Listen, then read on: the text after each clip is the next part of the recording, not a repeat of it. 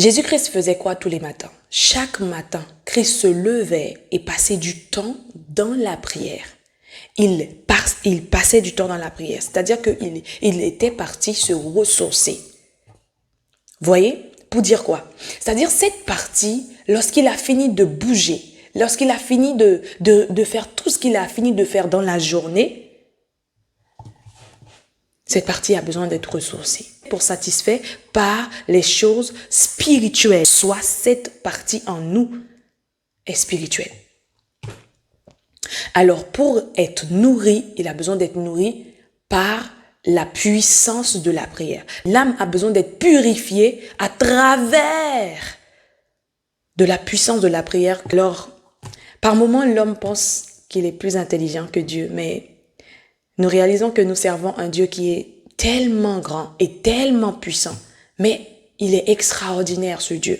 Et il savait que l'homme avait besoin de satisfaire puisque c'est lui qui a le monopole de tout et c'est lui qui nous a créés. Il connaît tous les parties de notre corps. Mais ce Dieu-là, malgré le péché, n'a pas enlevé ce vide.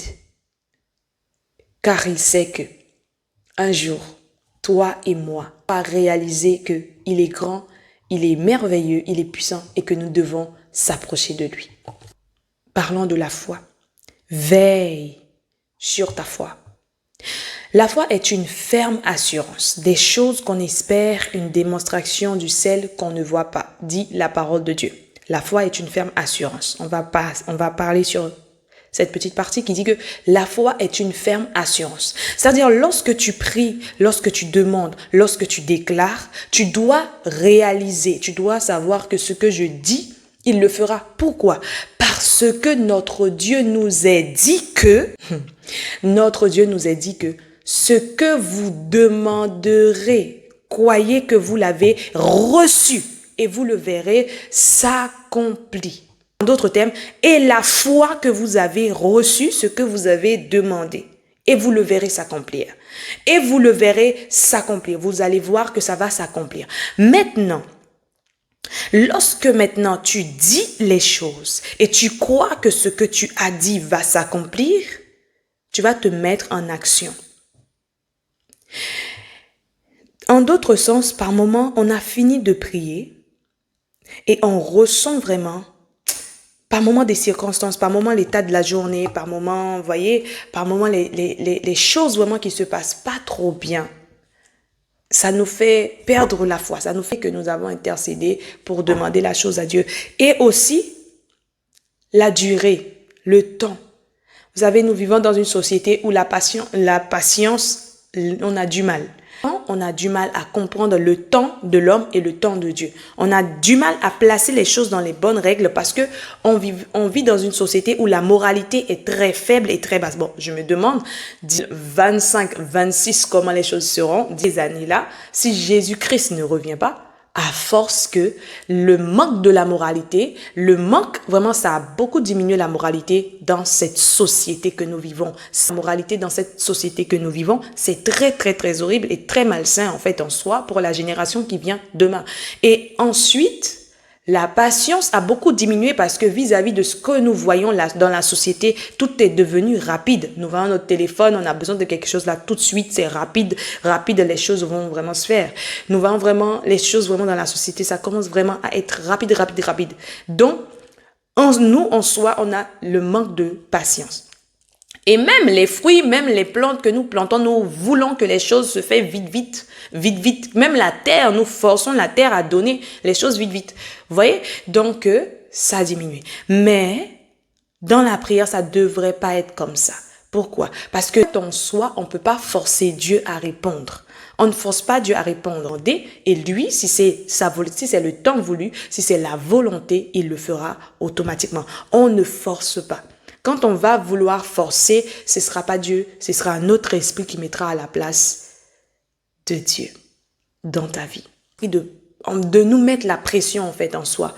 Et d'où vient le découragement, d'où vient le manque de foi.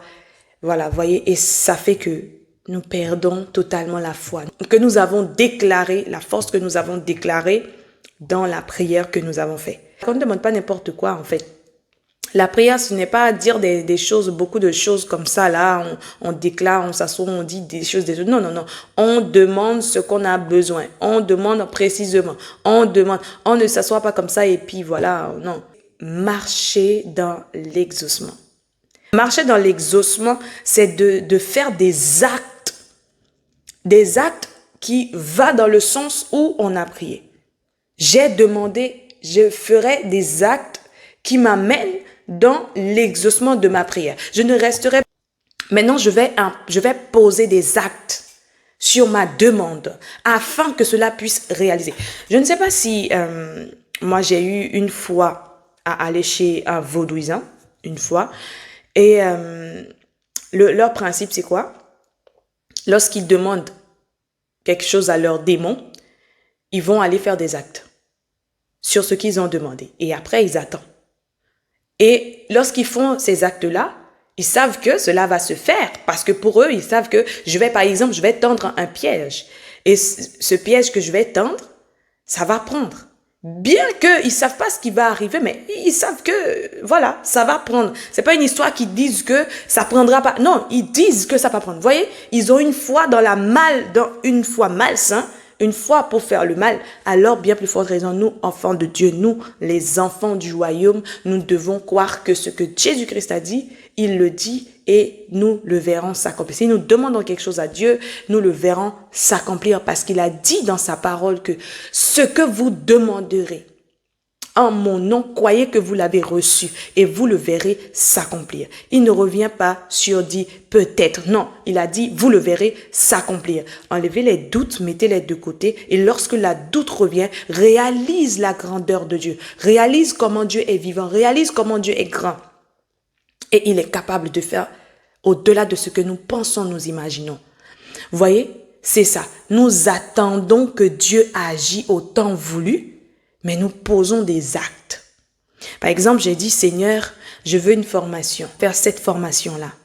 Mais oui, j'ai fini de prier, mais je n'attends pas que la formation vienne me voir à la maison. Ce que je vais faire, je vais commencer à faire les CV. Je vais commencer à chercher, à comprendre comment m'inscrire. Comment, vous voyez? Et maintenant, lorsque je cherche à comment m'inscrire, comment faire la chose, spirituellement, le Seigneur agira parce que non seulement j'ai déjà prié, non seulement j'ai déjà prié, j'ai déjà demandé cela, j'ai agi, j'ai fait l'acte. Et maintenant, la puissance de la prière agira au-delà de ce que j'ai demandé. Maintenant, c'est Dieu qui le fera. La chose est dans la main de Dieu. Mais moi, j'ai fait ma part. J'ai fait ma part physique sur la terre, je l'ai fait. Maintenant, la part spirituelle, c'est Dieu qui le fait.